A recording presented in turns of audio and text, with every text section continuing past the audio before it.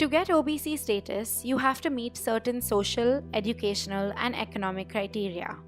Depending on the points received, the community makes the OBC cut. OBCs in India get special access to education and government jobs, and this is meant to uplift them from their socio-economic circumstances. But the people within these classes are not homogeneous.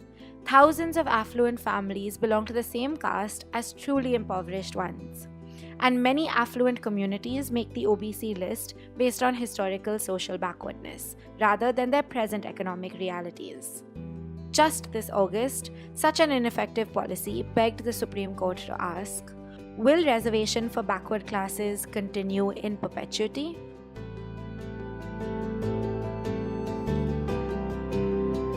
Based on this identification method, nearly 52% of India's population can technically avail of OBC benefits, even though a lot of them don't need them.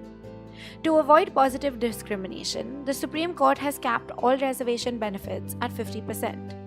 So scheduled castes and scheduled tribes were given 22% and OBCs were given 27% reservation.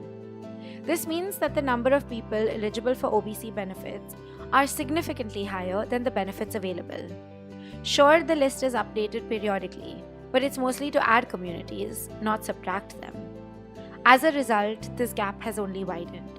Because better off OBCs have better connections, easier access, and more resources, they are in a better position to grab these benefits than the MBCs, the ones that truly need it. This brings us back to the Supreme Court's question. If the benefits don't reach the people that need it, the answer is yes. The affluent will remain well off, while the backward continue to live in a position of disadvantage, and the need for reservation will never end. Ideally, communities who've managed to pull themselves out of their socio-economic circumstances should be phased out. But since this decision is in the hands of the centre and state governments, it almost never happens. Why would the UP's Samajwadi party take away benefits from the Yadav community when the Yadavs are their biggest vote bank? Likewise with the Karnataka Government and the Lingayat community. Such examples are endless. The Modi government has come up with its own solution to this problem. Since MBCs are part of BJP's vote bank, framing policy that benefits them makes political sense. They've decided to create subcategories within OBCs so that the affluent communities compete amongst each other for one portion of seats, while the MBCs have a greater chance to fill seats exclusively reserved for them. Although the basis of this subcategorization has not yet been decided, this solution is the only solution we have for now. What do you think?